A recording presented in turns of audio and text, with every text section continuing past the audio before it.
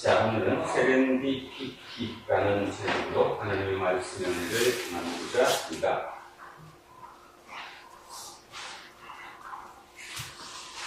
여러분, 예배가 뭡니까?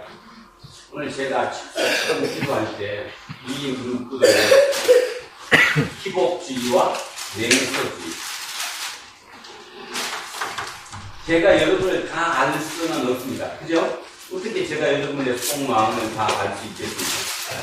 그런데 성교를 또는 지금 우리가 믿는 그 예수를 믿는 것을 희복주의, 복을 받기 위해서라거나 아니면 우리 한빈이나 이런 젊은 애들처럼 맹소주의죠. 아버지가 댕기다 보니까 부모랑 같이 오는 거지 뭐 요즘 세상에 이런 시대에 무슨 신념이 있느냐. 냉소주의죠. 말도 안 되는 것이다 하는 식으로. 그 두 가지 중에 하나인 것 같습니다. 도란노교회는 하나님께서 왜 만드셨는가 제가 기도하면서 많이 묵상합니다. 왜 이 교회를 만드셨을까? 내가 만들었을까? 그냥 우리의 인간적인 어떤 욕심으로 교회 한번 해보자. 그럴듯하게 그래서 만들었을까? 근데 깊이 한번 생각해보면 설사 동기야 어떻게 되었던 간에 결과론적으로 하나님의 섭리가 있었다는 것만큼 틀림없는 거죠. 그거를 우리는 부인할 수 없다라는 것입니다. 그렇다면 뭘까 이겁니다. 뭘까? 목사가 설교하는데도 기복주의의 얘기를 많이 안 해요. 맨날 복받으라는 소리도 안 하고. 그러다가 그냥 뭐 냉소주의를 어떻게 한번 또 파헤쳐 보려고 하지도 못하죠. 참 답답하고 막막합니다. 설교가 뭘까? 교회가 뭘까? 진짜 많이 막막해요. 그런데 지난주 우리 묵상을 하면서 아주 중요한 깨달음을 제가 얻었습니다.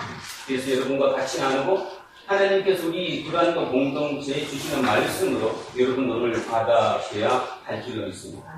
어찌 보면 오늘 제가 전하는 제 입술로 나오는 하나님의 말씀을 들으면서도 아마 마음속에 괜히 거북하시되던가 아니면 우리가 통상 얘기하는 것처럼 마귀의 유혹에 또는 매개에 그냥 흔들려서 집중하지 못하고 너는 터져라 나하고는 관계없는 말이다 아마 그렇게 들을지도 모르겠습니다. 지금 마음속으로 기도같이 하시고 진짜 성령님께서 내 속에 계시면 그 성령님이 한 몇 분간만이라도 나를 집중하게 해주십사 하고 오늘 아까 우리 기도 드렸던 것만큼은 그 마음을 가지시고 오늘 함께 하셨으면 합니다. 진정으로 예배를 드리는 거고 예배는 거룩한 하나님을 만나는 것입니다. 그냥 피상적으로 하나님 만난다 이런 뜻이 아니라 인간이 도저히 이해하지 못하는 인식 범위 밖에 있는 그 하나님은 나같이 연약하고 진짜 미련하고 아무것도 모르는 사람이 하나님을 만나는 자리라는 것입니다. 근데 이 하나님 만나는 자리가 맨날 와서 조는 자리, 맨날 와서 딴짓하는 자리, 멍청하게도 와 있는 그 자리는 아니라는 거죠. 그건 절대로 아닙니다. 그렇게 해서 이 교회에 올 필요가 전혀 없습니다. 큰 교회 얼마나 많은데요. 짜자잔하고 막 가면 뭐 시청하게 그죠? 감정적으로 한 30분 막 그냥 뭐 노래해가면서 가다가 완전 기분이 업된 상태에서 목사가 짜자잔하고 나오죠. 그것도 어떤 데 보니까 뭐 쉽게 나오대요. 뒤에 부목사 두 명이 따라서 무슨 기업체 회장이 앞에 강연하러 나오는 것처럼 그러고 나서 뭐 온갖 난리를 다 펴요.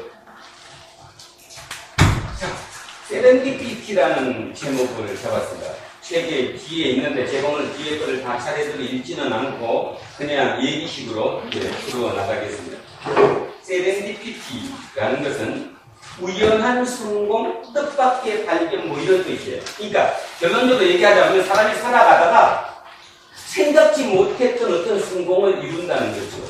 그 말은 달리 얘기하면 내가 목적으로 했던 것을 이루는 것이 아니라 그 길을 가다가 전혀 내가 예상하지 못했던 뜻밖의 발견을 한 것. 이걸 뭐라고 그럽니까? 세렌디피티라고 얘기합니다. 그래서 이제 가장 많이 쓰는 게 여러 가지 있는데 우리 많이 쓰는 거 뭐죠? 포스트잇. 지금 이제 장로님 앞에 붙여 있는 포스트잇을 얘기합니다.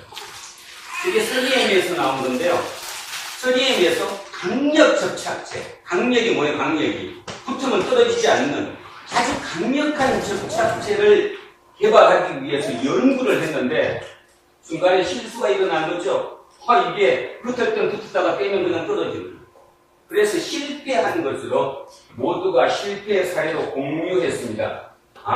우리가 지금 우리 연구팀에서 접착제를 개발했는데 하다가 보니까 이게 떨어지더라도 붙었다고 떼면 강력한 게 아니라 가장 약하다는 거죠. 그리고 1년이 흘렀습니다. 1년이.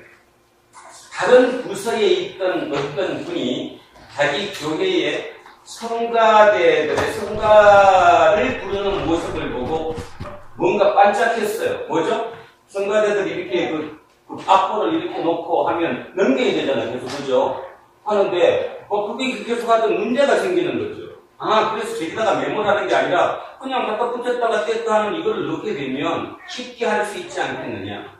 그래서 전혀 뜻밖의 발견이라는 겁니다. 그죠? 원래 연구했던 목적은 강력 접착제를 개발하고자 했던 것인데 실패를 했고 그 실패를 어떤 제3자가 전혀 그방과 관계없는 다른 부서의 사람이 아이디어를 내서 저거 한번 만들어 봅시다. 붙었다 뗐다 하면 얼마나 노트같이 딱 이렇게 묶지 않아도 되고 편하게 쓸 수 있겠습니까? 근데 모든 사람이 반대했대요. 왜냐하면 접착제를 뒤에 그냥 바르버리면 우리 눈에는 보이지 않더라도 뭐가 생겨요? 천이 생기죠. 아니 이게 그냥 종이에다가 뒤에 이 접착제를 발라버리면 접착제 바른 면만큼 조금은 이렇게 두꺼워지는 거잖아요. 그러려면 어떻게 되느냐 하면 이 종이를 거기 접착제 붙이는 그 부분만큼은 닦아내야 돼요. 아주 얇게.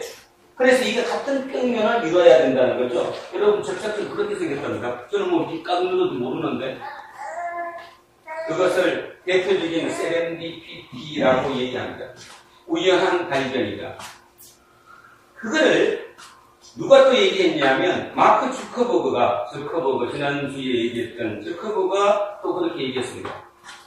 자기의 그 페이스북을 만들었던 그것도 결국 세렌디피티였습니다.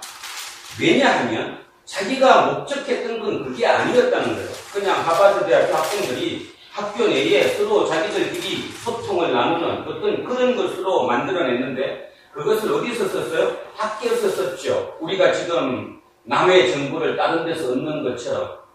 그러니까 밖에 있는 사람들 또 기업에 있는 사람들이 아마 모르긴 몰라도 우리의 개념으로 이해하면 이런 겁니다. 그래도 미국의 하버드 대학교는 최고 아닙니까? 우리나라도 최고겠지만 미국에서도 최고죠. 그러니까 미국의 밖에 있는 사람들이 며느리감, 사기감으로 하버드생 정보를 얻기를 원하는 거죠. 근데 들어가면 다 볼 수 있는 거예요. 나이부터, 가족관계부터.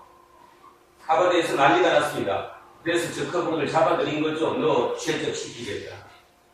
그래서 죄적 당하기 직전에 사퇴를 하고 나왔던 겁니다. 사퇴를 하고. 그래서 그 사람은 얘기해요. 저커버그는 내가 이걸 페이스북을 만들려고 했던 것은 이런 뜻으로 만들려고 했던 것은 아니었다는 거예요. 그런 면에서 이거는 뭐라는 겁니까? 세렌디피티라는 거예요. 세렌디피티. 그래서 제가 오늘 왜 여기다가 그 사람 얘기를 넣냐 하면 다른 뜻이 아니라 그 젊은 친구가 정확하게 봤어요. 어떻게 본 거죠?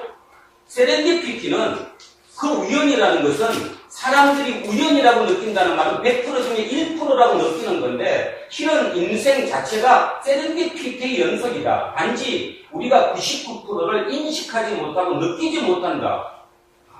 그래서 제가 거기에 한마디에 좀 속된 표현으로 표현 같습니다. 진짜 대단한 감을 잡았구나. 자, 그래서 이것으로 오늘 설교를 시작합니다. 저커버그가 받았던 남들이 봤을 때 자기를 세렌디피티라고 얘기했던 그 세렌디피티가 특별한 자기에게만 일어나는 것이 아니라 모든 삶 자체가 세렌디피티다. 그래서 저는 그게 전적으로 동의합니다. 자, 질문 한번 해보겠습니다. 우리 권사님, 지금까지 사셨는데, 그죠? 90이 넘게 사셨어요. 목적하신 대로, 그러니까 예를 들어서 젊으신 시절이 있었든지 아니면 그 위에든지 나는 내 인생을 이렇게 살아서 이렇게 될 거야 하고 오지 않으셨죠? 안 왔잖아요, 지금 선생님이. 장로님도 그렇죠?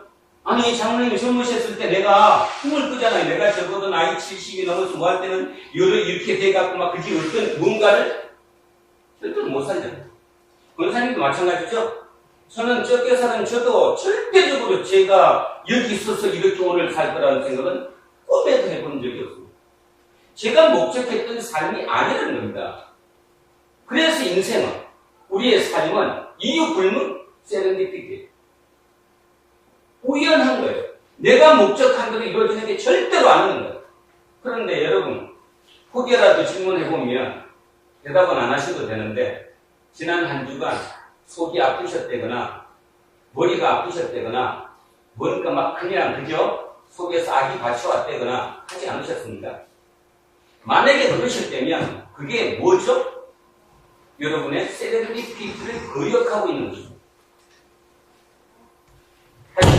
다시 얘기하면 저커버그가 하버드 대학교에서 너 제적시킨다. 우리 정보가 밖에 너무 노출되는 걸 네가 만들어냈다.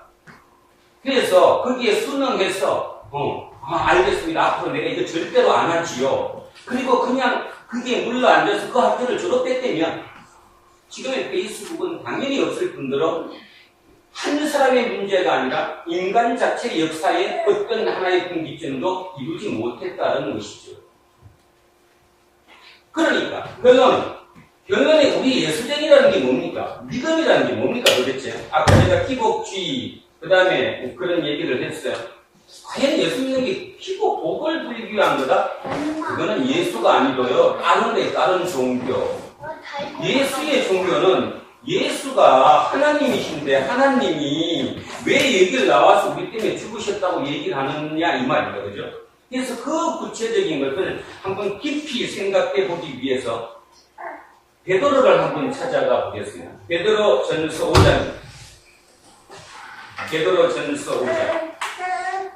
382쪽 아니면 383쪽입니다. 자, 신약성서 382쪽 아니면 383쪽에 베드로전서를 한번 찾아보십시오. 5장입니다. 5장. 자, 제가 6절부터 읽겠습니다. 6절부터 한번 읽어보십시오. 자, 6절입니다. 그러므로 하나님이 능하신 손 아래에서 겸손하라. 때가 되면 너희를 높이시리라. 너희 염려를 다 주께 맡기라. 이는 그가 너희를 돌보시니라. 근신하라. 깨어라. 너희 대적 마귀가 우는 사자같이 두루다니며 삼킬 자를 찾나니 너희는 믿음을 굳게 하여 그를 대적하라.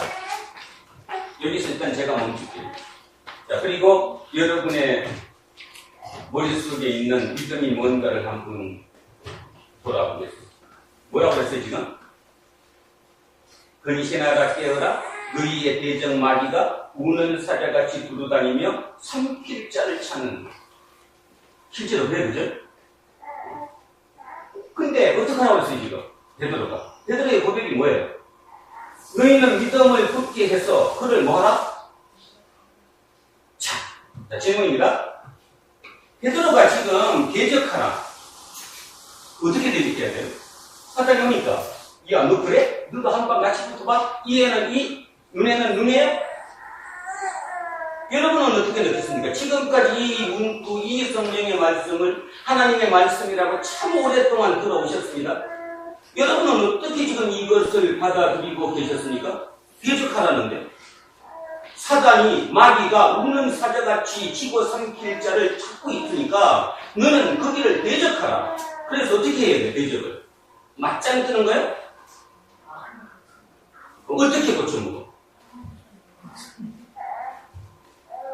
자, 다음 보십시오. 그 다음을 제가 읽어보겠습니다. 이는 세상에 있는 너희 형제들도 동일한 고난을 당하는 줄 알미라. 대적이 무엇이에요? 고난당하는 것. 무슨 뜻입니까? 이게 왜 고난입니까? 막 붙지 않았기 때문에.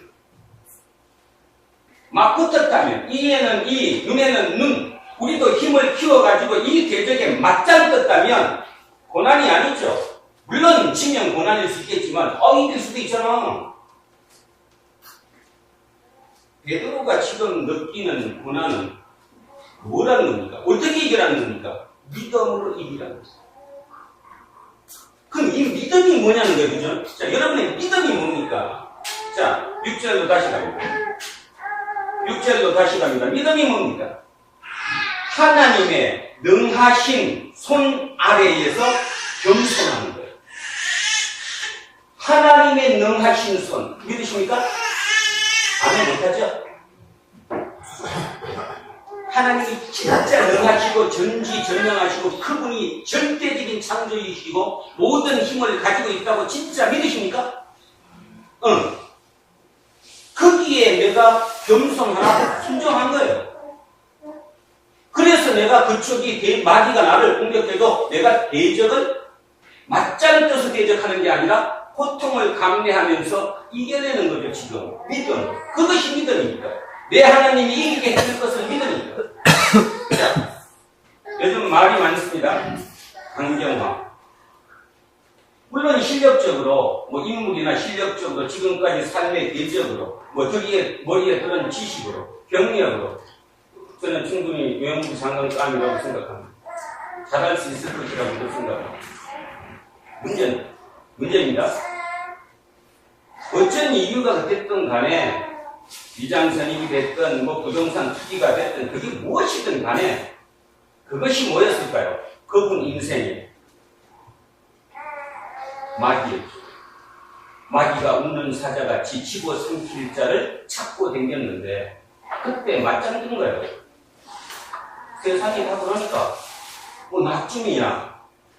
그 사람이 설마 나중에 나는 적어도 내가 나이 60 정도 돼가지고 외무부 장관 될 거라 꿈이라도 꿨겠습니까? 안 꿨지? 그러니까 그냥 사는 거예요. 누구든 다 똑같다는 거예요. 누구든 대적을 안 한다는 것입니다. 쉬는 거죠. 그죠? 대적을 안 해요. 김희수 재판관? 저도 존경하는 분 중에 하나입니다. 인간적으로는 그분에 대해서 참 안 됐다는 생각이 듭니다. 그분 대학 졸업해갖고 그죠? 군 법문관으로 가서 겨우 나이 26살에 시대가 하수상해가지고 군법 재판에서 군법에 군사 재판으로 꺼서 운전사를 판결할 수밖에 없었죠. 그게 뭐였습니까? 이게 똑같잖아요. 마귀가 우는 사자같이 대적하던 시기였기 때문에 그분은 결국 거기를 대적하지 못하고 진 거죠. 그게 지금 나이에 진짜 최고의 정점이 인생의 정점에서 그 나이에 그게 사람들이 걸고 넘어져서 얘기를 하는 거예요. 그러면 이렇게 얘기할 수 있습니다. 제가 이렇게 얘기해도 저도 내가 미리 모두 얘기했습니다. 충분히 내가 그분을 이해한다고 얘기했습니다. 제가 그랬더라도 저도 넘어갔을 거니까 지금 제가 설교하고자 하는 것은 그 얘기를 하는 게 아니라 삶에 대한 얘기를 하는 거예요. 그분도 마귀에게 당했습니다. 그리고 우리 모두처럼 그냥 사는 게 그런 거지 하나님이 이 정도는 눈 감아주겠지 나를 위로해 주시겠지 그래서 대한민국이 기독교인이 1000만인데도 요모양 요거리까지 간 거예요 지금. 근데도 지금 반성을 안 해요. 반성을 안 해요. 목사들이 반성을 안 해요. 저는 지금 반성하고 있는 겁니다. 제가 예전에 잘못했다는 점에 해석이 잘못됐기 때문에 그랬다는 거. 그렇게 됐어요. 그죠? 근데 한 사람 뜻밖의 인물이 나와서 제가 비교하는 겁니다. 노태강. 그래도 독일에서 그죠? 석사, 박사를 다 받고 대단했던 실력을 가진 사람이죠. 최순실, 정유라 그 말 사건 때문에 대통령한테 찢겨가지고 그 사람이 아직도 거기 있냐고 할 정도로 핍박을 당했죠. 그분은 어땠습니까? 우는 사자가 마귀처럼 달겨들 때 그 사람은 맞짱 안 떴어요. 그죠? 그래서 밀려나버렸어요. 그냥 속은 탔겠지. 그랬더니 짜자잔하고 누구가 하나님께서 그를 문체부 2차관으로 전격적으로 발탁을 하신 거예요. 이게 인간이잖아요. 이게 세렌디피티. 저나 여러분이나 어느 누구든 여러분의 삶 자체가 세렌디피티예요. 그 세렌디피티를 믿는다는 의미는 뭐냐? 세렌디피티를 믿는다는 의미는 내가 계획하고 계산했던 대로 인생이 가지 않는다는 것을 받아들이라는 거예요. 이해갑니까? 그걸 받아들이려면 두 개가 생겨요. 하나는 아니, 내가 나는데. 우리 그런 노래 있잖아요. 옛날에 그런 노래 있었는데. 내 인생은 나의 것. 그죠? 내 인생이 내 것이니까 내 맘대로 하겠다는 게 왜 난리나는 거예요?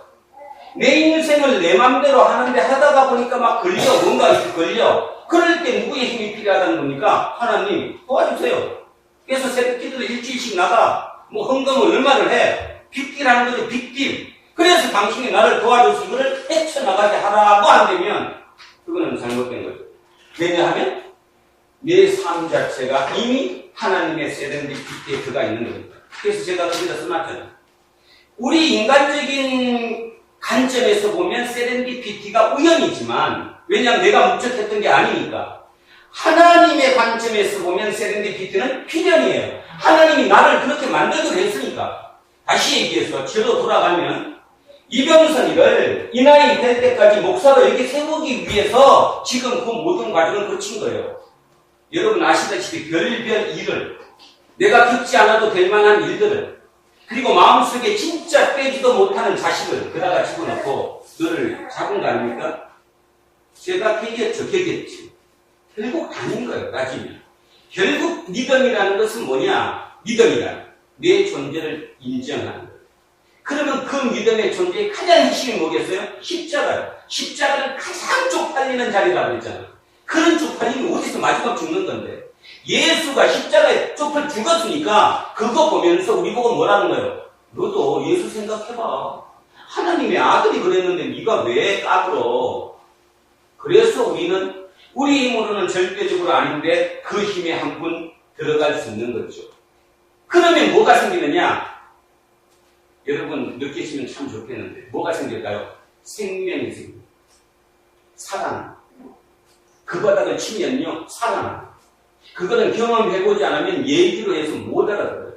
이 중에 알아들어주시는 분들도 있겠고 아니면 뭐 자기의 체험했던 요만큼으로 알아들을 수 있겠지만 그게 생명입니다. 그게 영생이고 그게 생명. 그 생명이 나한테 오는 거예요. 그런데 자 한번 해봅시다. 맞짱을 떴어요? 그래서 사단하고 한번 붙어봤어요. 이에는 이, 그저 눈에는 눈으로. 그래서 내가 어떤 모든 힘을 빌어서 맞짱을 떴어요. 이겼다고 칩시다. 근데도 어떻습니까? 마음속에 뭔가 찝찝하죠. 뭔가 마음속에 찝찝해요. 그리고 그게 반복되면 반복될수록 내 생명이 죽어가. 뭘 보면 알 수 있어요? 본인의 눈을 쳐다보면 알 수 있어요. 아침에 거울 한번 보시다가 그 눈이 진짜 맑은 하나님의 눈인가 아니면 악마의 눈인가. 제가 여기 들어와 보십시오. 거울에 몇 개 놓여 있는 거. 옆면과 앞면을 같이 보면 저는 책상에 앉아서 끊임없이 저를 쳐다봅니다. 저도 순간순간 내 눈동자가 변합니다. 제가 눈으로 보니까. 그 순간이 어떨 때예요? 내가 뭔가 욕심을 부리고 내 마음대로 안 되는 뭔가를 막 그냥 기선을 그냥 이루려고 할 때. 그 생각이 내 속에 막 이렇게 불빛듯이 들어올 때는 내 눈이 터져요. 생명이 없는 거죠. 생명이 없는 것. 왜 십자가가 구원인지 아시겠습니까, 그럼? 그곳은 생명이에요. 새로 나와요. 근데 우리는 그걸 못 끊는 거예요. 지금까지 요만큼도 내가 만들어 놓은 게 있는데. 그래서 죄가 뭐냐? 오늘 이 중요한 거 하나 같이 저랑 나누었으면 좋겠습니다. 죄는 자기에게 집중하는 게 죄예요. 나에게 집중하는 게 죄라고. 근데 세상은 모두가 나에게 집중하라고 얘기하지. 네가 노력이 부족해. 네가 뭐를 더해. 이거를 더하면 네가 무엇인가를 이룰 수 있어. 내가 무엇인가를 이룰 수 있다. 자기 업적으로 나가는 거. 그게 죄예요. 죄는. 왜 그게 죄냐? 그렇게 되면 좀 전에 얘기했던 대로 생명이 죽거든요. 내가 괴팍해지고요. 마음이 힘이 팍팍해지고 여기 막 그냥 누가 돼 지금 요즘 그 마른 땅이 막 그냥 갈라지듯이 여기가 쩍쩍쩍 갈라지는 거예요. 쩍쩍쩍 갈라지니까 사소한 요만한 것도 내가 받아들이지를 못해. 그래서 다 우울증 걸리고 좀 심해지면 정신병 걸리는 거죠. 근데도 자기는 정신병 안 걸렸대. 안 걸린 사람 보고 잡는 거죠. 자기가 정상이다. 자기 생명을 죽이느냐 안 죽이느냐 다른 사람은 몰라도 본인은 알아요. 내가 죽고 있구나 안 죽고 있구나. 예배는 왜 드립니까? 적어도 일주일에 한 번만큼 여기 와서 하나님의 얘기를, 하나님과 교제를 나누는 거야. 아, 맞아. 그분이 있지, 그분. 내 생명을 진짜 살릴 수 있는 분은 그분이지. 그분과 한 번 만나는 거룩한 의식, 그것이 예배라는 것이죠. 여기 와서 힐링을 한다거나, 지난 한 주간에 너무 섭섭했는데 하나님 나를 위로해 주세요. 이제 그만하시죠. 그만하시죠. 하나님은 위로의 가장 큰 위로가 뭐예요? 본인이 죽으셨습니다.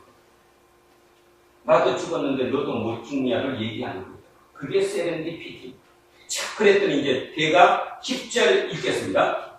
자, 베드로가 지금 고백하는 거예요. 그 베드로가 누군지 아시죠? 무식한 데다가, 그죠? 성질은 불같은 데다가 자기가 뭔가를 한번 이루기 위해서 아버지도 팽개치고, 그죠? 모든 그 삶을 팽개치고 예수를 따랐던 그 베드로가 느낀 거예요. 깨달은 거라고. 자, 10절입니다. 이렇게 얘기합니다. 모든 은혜의 하나님, 곧 그리스도 안에서 너희를 부르사 자기의 영원한 영광에 들어가게 하신 이가 잠깐 고난을 당한 너희를 친히 온전하게 하시며 굳건하게 하시며 강하게 하시며 털을 견고하게 하시리라. 아멘. 다시 내가 나를 강하게 하며 내가 내 털을 굳건하게 하며 내가 무엇인가를 이루는 것, 그게 뭐라고요? 죄. 나는 못하는 거. 그게 빨리 납작 엎드리라는 거. 기분이 나쁠지라도 쪽팔릴지라도 납작 엎드리라는 거. 그러면 산다는 거. 하나님이 세워주실 겁니다. 노태강은 그렇게 살았어요. 강병환은 쪽팔림을 당하고 있는 것이고, 뭐 지금 사람 얘기해서 그렇지만 그분 얘기가 우리 얘기. 그죠? 여러분 얘기라고 지금 여러분 지난 한 주간 동안에 마음속에 가시방석이 있고 마음속에 힘들었고, 그죠? 그거였어요. 그거. 자, 그러면 제가 이제 천천히 6절부터 10절까지 천천히 베드로가 예수를 따라다니면서 느끼지 못했던, 그러나 예수님을 만나고 예수의 부활을 보고 그 위에 성령을 받고 완벽하게 변화된 무엇이다. 그것을 다시 한번 제가 읽어드리겠습니다. 그러므로 하나님의 능하신 손 아래에서 겸손하라. 때가 되면 너희를 높이시리라. 뭔 뜻이에요? 네가 높아지려고 애쓰지 말라. 그런 뜻입니다. 자, 너희 염려를 주께 맡겨라. 네가 염려한다고, 네가 이거 못해서 속이 뒤집어진다고 안 된다는 거예요. 이는 그가 너희를 돌보시리라. 믿으십니까? 하나님이 나를 돌보시고 계시오. 나는 하나님의 세렌디피티.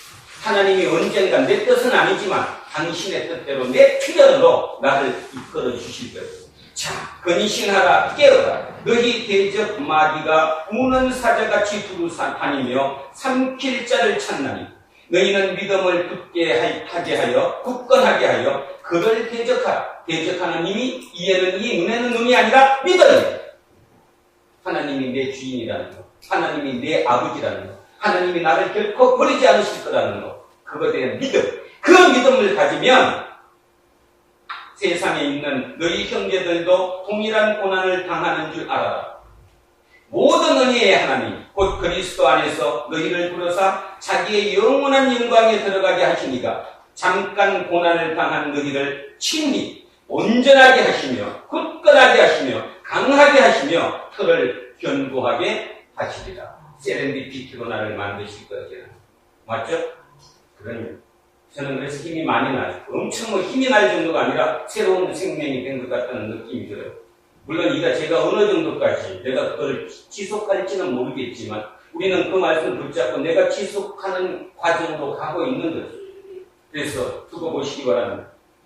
저를 통해서 이 교회가, 저를 통해서 우리 가정이, 저를 통해서 우리 가족들이, 그죠? 어떻게 변화될 건가? 설레이지 않습니까?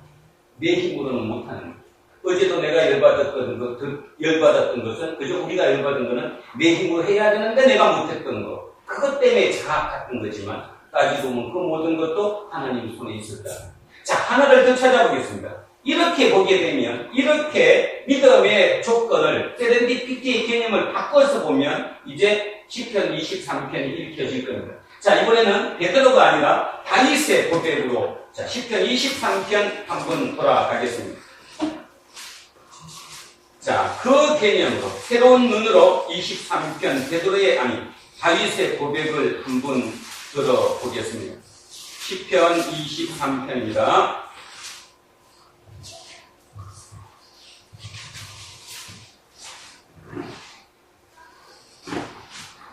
자, 818쪽 근언절입니다. 시편 23편. 자, 천천히 읽어보겠습니다. 자, 다윗의 고백입니다. 여호와는 나의 목자시니 내게 부족함이 없으리로다. 그가 나를 푸른 풀밭에 누이시며 쉴만한 물가로 인도하시는도다. 내 영혼을 소생시키시고 자기 이름을 위하여 의의 길로 인도하시는도다. 어디로 인도해요? 의의 길. 내 뜻이 아니라 본인의 세렌디피티를 만들기 위해서 나를 인도하신다. 내가 사망의 음침한 골짜기로 다닐지라도 아까처럼 누가 울어요? 우는 사자가 공격하는 그런 곳으로 다닐지라도 해를 두려워하지 않을 것은 주께서 나와 함께 하십니다. 주의 지팡이와 막대기가 나를 안위하시나이다. 주께서 내 원수의 목전에서 내게 상을 차려주시고 기름을 내 머리에 부으셨으니 내 창이 넘치나이다. 내 평생의 선하심과 인자하심이 반드시 나를 따르리니 내가 여호와의 집에 영원히 살리로다. 아멘. 개념이 뭐예요? 내 인생은 내 게 아니라 하나님께서, 내 주님인 하나님께서 나를 세렌디피티로 완성시키실 것이라고. 내가 할 수 있는 게 아니라는 거. 그거 억지 부리지 말라는 거. 그게 바로 죄라는 겁니다. 죄. 그래서 예수께서 처음 오셔서 하셨던 말씀 뭐예요? 회개하라. 회개하라가 뭐예요? 돌이키라는 거. 네가 하려고 애쓰지 말고 그냥 나한테 다 맡겨라. 그래서 그 맡긴 인생은 그냥 승승장구하고 우연의 성공 같지만 그런 우연의 성공이 이어질 것이라는 거예요. 자, 그래서 그 눈으로 이제 오늘 우리가 봤던 믿음의 조상 누구부터? 아브라함, 이삭, 야곱, 요셉까지를 한번 다시 살펴보고자 합니다. 그래서 지금 얘기하는 우리 믿음의 조상, 믿음의 출발점인 기독교 신앙의 시작인 그 앞 4대에 걸친 그저 파란만장한 인생을 가만히 보면 자기의 노력이 있었어요, 없었어요? 그거를 지금 미리 얘기하는 거예요. 지금 스데반이 지금 설교하고 있는 거잖아요. 누구한테 설교하고 있는 거예요? 바리새인들, 사두개인들, 산헤드린 공의의 의원들, 사회의 가장 지도층에 있는 최상류, 율법 학자들, 그들을 앞에 두고 설교를 하고 있는 거예요. 뭘 얘기하는 거예요, 지금? 네 사람에 대한 얘기를 했어요. 아브라함, 이삭, 야곱, 요셉. 얘기하는 게 뭐예요, 지금? 이 사람들이 자기 노력으로 이뤘다는 거예요? 아니면 하나님이 승리하셨다는 거예요? 그렇지. 그게 뭐였어요? 언약. 하나님의 약속을 믿은 것이지 그들이 자기 어떤 열정적인 노력으로 된 게 아니라는 거예요. 스데반이 지금 얘기하는 얘기가 그 얘기예요. 근데도 아직도 이 설교를 예수를 믿으면서 수십 번을 들어놓고 아직도 딴 생각해. 나도 요셉이 한번 되어봐야지. 꿈을 꾸면 되겠지. 꿈 깨세요? 내가 꿈을 꿔서 요셉이 된 것이 아니고 여기에 메시지의 핵심은 뭐냐 하면 어느 누구도 하나님의 섭리 가운데서 하나님의 세렌디피티로 이루어진 거지 그들의 어떤 노력에 의해서 이루어진 게 아니라는 걸 얘기해 주는 거예요. 그러니까 스데반이 왜 그들을 공격했어요? 니들이 그 자리에 있지. 니들이 이제 사내들이 공의의 의원이면 말 그대로 사회의 최정상에 있지. 니들이 똑똑하고 니들이 노력해서 그 자리에 있는 게 아니라는 거예요. 근데 왜 니들이 저 갈릴리 하층민들을 힘 못 쓰는 사람들, 진짜 헌금이 없어서 교회를 못 가는 사람들, 양 한 마리가 없어갖고 예루살렘의 성전을 찾지 못하는 그들을 왜 핍박하고 저주하느냐 이 말이에요. 우리도 그러지 않아요? 우리도? 여러분 그러지 않으셨습니까? 솔직히 빨리 마음속으로 고백 잘하시고 메모해라 이렇게 죄송하다. 안 했어요? 여러분은? 지지도도 못난 저놈, 그렇지? 뒤에서 그냥 술 처먹느라고 먹는 것도 아니고 일요일도 못 지키는 저놈 그랬잖아. 중요한 것은 하나님이 그에게 임하게 하셔야 되는데 문제는 임하는 게 우리의 어떤 힘으로 임해줄 수 없다는 거.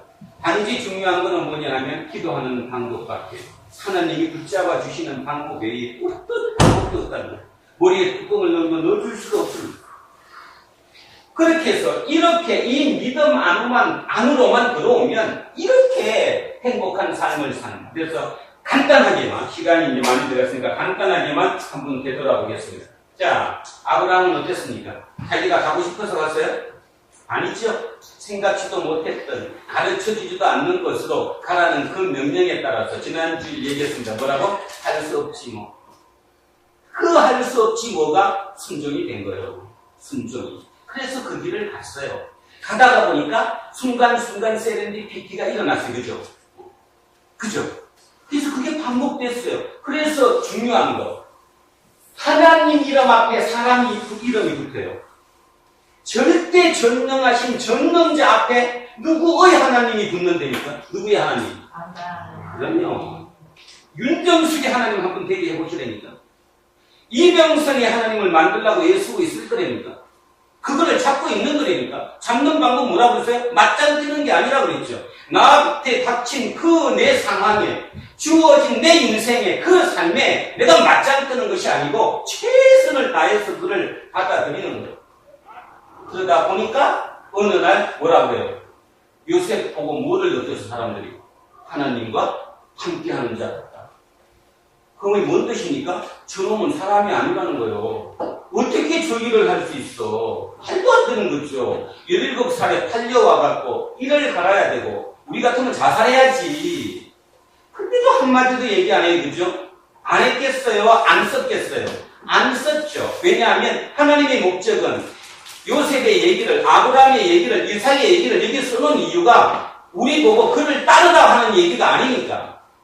너는 새로운 이삭이고 너는 새로운 아브라함이고 너는 새로운 요셉이니까 나를 믿으라는 거예요. 내가 너를 통해서 통치할 거니까 그거를 믿으라는 거예요. 그래서 저는 희망이 생겨요. 그죠? 희망이잖아요. 희망. 내가 아무리 못나고 보잘것없어도 내 주어진 삶에 그거를 받아들이고 최선을 다하면 하나님이 세렌디피티를 이룰 것이니까. 그죠? 포스트잇이 될 거라니까. 원래 강력 접착제 만들려고 딴 게 됐던 것처럼 나도 내 목적이 진짜 세상에 가장 강력한 접착제, 돈도 가장 많이 벌 수 있는 거, 명예도 가장 크게 가질 수 있는 걸 위해서 뛰어갔지만 가다가 보니까 진짜 지지리도 못난, 그죠? 그 이후로 내 인생이 포스트잇이 됐잖아요. 그것도 괜찮잖아요. 그죠? 그것이 믿음이다. 믿음. 대적하라 마귀를 대적하는 게 내 힘을 키워가지고 맞짱 뜨는 것이 아니고 소나무를 붙잡고 하나님께 기도하는 것이 아니고 나를 그냥 하나님께 내려놓는 거예요. 나는 안 됩니다. 당신이 나를 들어오셔서 내 생각을 통치하십시오. 그것도 그 통치. 그래서 아브라함은 했어요. 자, 둘째 이삭 보겠습니다. 이삭은 또 됐어요? 우물을 팠는데 뺏겼어요? 안 뺏겼어요? 또 도망갔어. 또 뺏기고. 그러다가 지난번에 한번 설교했었습니다. 어디에서?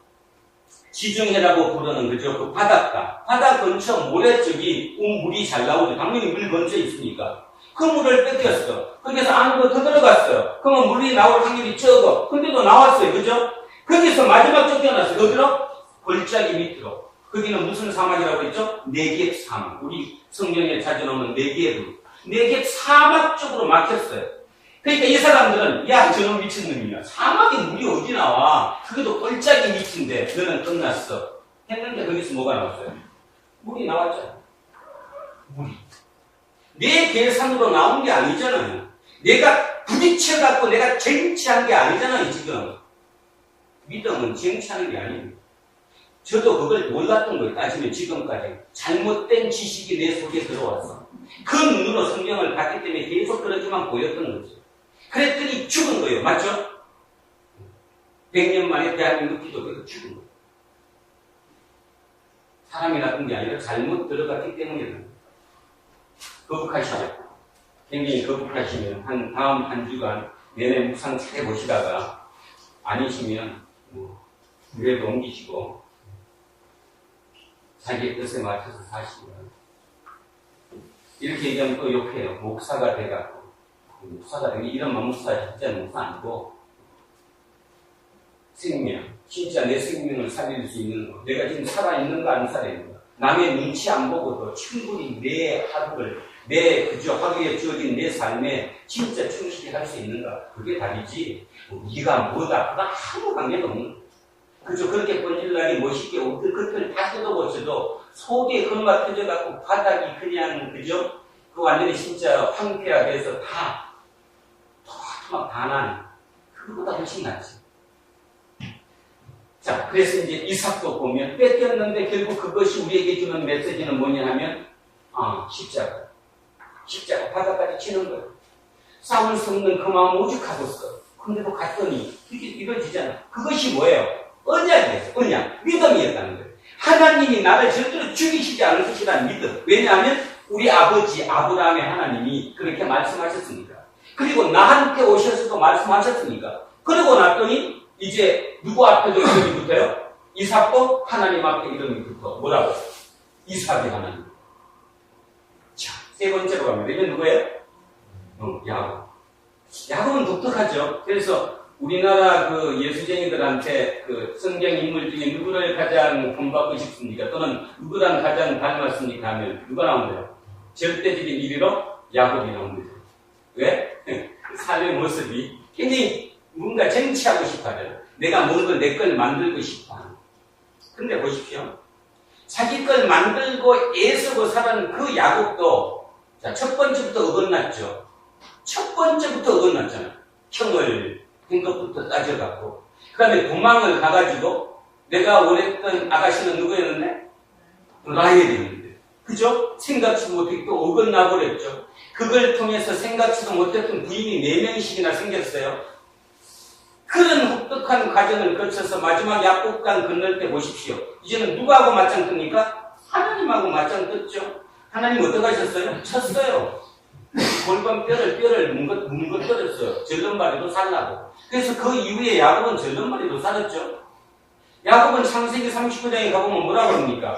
내 130일의 삶이 참으로 힘들었다고 얘기합니다. 근데 이삭의 얘기에서 이삭이 나 너무 힘들어서 얘기합니까? 없어요. 아브라함 얘기에서도 아브라함이 절대로 나 인생 이렇다 그렇게 얘기 안 해요. 오직 누구만 했어요? 야곱만. 그럼에도 불구하고 그 인생을 결국 야곱의 뜻에 맡겨놓지 않았었죠. 하나님의 뜻에 맡겼어요. 누구로 만들었고? 이스라엘이라고 이름을 바꿨고 그렇게 놓은 그 아들 12명을 통해서 12부족을 만들었잖아요. 하나님이 그러신 분이라는 거예요. 하나님. 자, 그래서 그 아들 중에 그 나쁜 아버지 중에 아들 한 명이 기가 찬 아들이 나왔어요. 요셉이. 말도 안 되는 그 쫓겨다니면서도 어떻게 인간이 그럴 수 있는가 할 정도의 그 하나님. 그를 통해서 드디어 하나님의 뜻이 완성된 거죠. 그래서 요셉의 하나님이라는 말은 안 씁니다. 왜냐하면 언약의 약속이 요셉으로서 끝났으니까. 그럼 언약의 시작이 뭐였어요? 언약이 뭐였습니까? 아브라함 출발할 때 너 언약을 줬잖아. 뭘 줬어요? 내 자손을 하늘의 별처럼 많게 만들겠다. 그게 드디어 어디에서 이루어졌어요? 요셉을 통해서 이루어졌잖아. 어딜 들어오는 바람에 이집트로 들어오는 바람에. 그래서 그로부터 400년 뒤에 나갈 때 자그마치 몇 명이에요? 200만 명이. 하나님은 절대로 포기하지 않으신다는 거예요. 그런 면에서 저도 마찬가지, 여러분 개개인도 마찬가지. 하나님이 나를 통해서 이루고자 하는 그 세렌디티는 분명히 하나님이 이루신다는 그것을 믿으셔야 된다. 그것이 믿음입니다. 근데 그 믿음이 밖에 나가서 일주일을 살 때 헷갈려요. 흔들리게 돼 있어요. 그죠? 그 모든 사람이 헷갈렸던 것처럼 그럴 때 그 헷갈림에서 더욱더 믿음을 굳게 잡기 위해서 주일날 오셔서 하나님의 말씀을 듣는 것입니다. 그러고 나면 세월이 흐르고 흘러서 우리 눈으로 상상하지도 못했던 세렌디피티가 이루어지겠죠. 아니 어쩌면 하늘에서 봐야 될지도 모릅니다. 아브라함이 봤어요, 못 봤어요? 아브라함이 그렇게 자기 진짜 족속이 많아져서 그걸 봤습니까? 못 봤잖아요. 근데도 봤습니다. 어디서? 하나님 우편에서. 거기까지 연장되면 우리의 사고가 이 땅의 100년의 삶이 아니라 영원한 하나님의 함께하는 그 삶까지 내 시야가 넓게만 지면 웬만한 거 다 받아들일 수 있어요. 그걸 못 받아들이면 짧다는 거예요. 내가 인생이 벌써 50인데 앞으로 내가 일을 하면 몇 년 더 하겠어. 그때 내가 뭘 이뤄야지. 죄입니다, 죄. 그래서 자기가 먼저 죽는 거예요. 저는 요즘도 제일 힘든 게 뭐냐면 내가 먼저 죽는 겁니다. 제가 설교를 하고 제가 목사로서 사람들에게 구원을 얘기하지만 정작 진짜 바울 고백처럼 내가 구원받지 못하면 그래서 거울 보는 거예요. 너 지금 구원받고 있냐? 아니면 지금 당하고 있냐? 끊임없이 보는. 그래서 오늘 조금 답답한 얘기였었지만 깊이 한번 생각해보면 스데반이 이 설교를 했던 의미와 그 목적을 여러분이 깨달을 수 있을 것입니다. 우리의 믿음의 조상 아브라함, 이삭, 야곱, 요셉을 닮으라는 것이 아니라 하나님은 그들이 어땠든 간에 그들을 통해서 자기의 뜻을 이루었다는 것, 그게 방점이 지킨다는 사실. 우리도 마찬가지입니다. 여러분 삶을 통해서 하나님의 뜻이 이루어진다는 걸 믿으셔야 돼요. 내 것을 이루는 것이 아니라 하나님의 뜻이 나를 통해서 이루어지는 거예요. 그것이 멋있게 보이고 나면 사람들은 그걸 세렌디피티라고 부른다는 거죠. 믿으십니까? 불안는 교회는 그래야 될 줄로 압니다. 그러면 순리적으로 사십시오. 영리로 자꾸 거부하지 마시라 이 뜻입니다. 내 주어진 삶에 대해서 그걸 거부해서 날마다 지옥을 살지 마시고 하나님이 주셨구나. 요셉처럼 그 힘든 가운데서도 하루를 치열하게 살아내면 진짜 머지않아서 하나님의 그 뜻이 나를 통해서 드러나게 되는 거예요. 그죠? 진짜입니다. 그래요.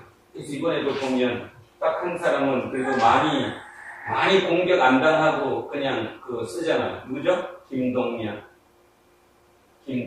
진짜 우리 또래 비슷해서가 아니라 성남을 같이 살았다는 사람. 그 성남시 창곡동, 여기 들어온다 알죠? 신흥주공 말했던 그 완산 동네. 그 꼴짝이어서 덕수상고까지 그렇게 힘겹게 부모도 없이 할머니 손에서 컸던 김동면. 그 시대를 거쳐내서 지금 거기까지 오니까 이번에 큰 빚도 없이 모든 사람이 인정해 주잖아요. 그죠? 그분도 진짜 예수쟁입니다. 실수는 누구나 있을 수 있고요. 이미 지나간 실수를 우리가 어찌할 수 없습니다. 지금 이 순간부터 내 모든 삶이 하나님께 맡겨져야 된다는 것이고, 맡기는 가장 좋은 방법, 어떤 경우든 억지 쓰지 않는 것, 순리에 맡기는 것, 머리 너무 굴리지 않는 것. 그러다 보면 하나님의 순리가 나를 통해서 이루어질 것이라는 것. 아시겠습니까? 그래서 죄는 하나님을 거역하는 것. 내가 뭔가를 이루겠다고 하는 그 욕심, 그것이 죄라는 것. 잊지 않는 저와 여러분 되시기를 주의 이름으로 축원드립니다. 기도하겠습니다. 하나님, 우리는 참으로 열심히 하나님을 믿습니다. 보통 종교심이 깊거나 신앙심이 참으로 깊은 사람들은 참 열정적으로 교회 생활에 임합니다. 그러나 가만히 돌이켜보면 그것이 과연 하나님을 믿는 것인가 아니면 기복주의인가를 되돌아볼 필요가 있는 것 같습니다. 우리는 이제 그런 시대에 접입했고 또 이제 그 신앙을 통해서 스데반이 그들을 향해서 설교했던 것처럼 새로움을 추구하지 않으면 안 되는 시대를 맞이하였습니다. 그 중심에 우리 두란노 교회가 있게 하시고 우리의 이 적은 성도들이지만 일당백이 되게 하셔서 우리의 삶의 모습으로 진정 하나님이 드러날 수 있게 하옵소서. 그래서 우리의 모든 삶 속에 세렌디피티가 일어나는, 그래서 굳건히 그 복음을 믿는 우리 모두가 되게 하옵소서. 그러나 다시 한번 고백하건대 우리의 의지와 우리의 노력으로 되지 않음을 고백하오니 성령님 함께 하셔서 날마다 우리를 굳건히 붙잡고 인도해 주시옵소서.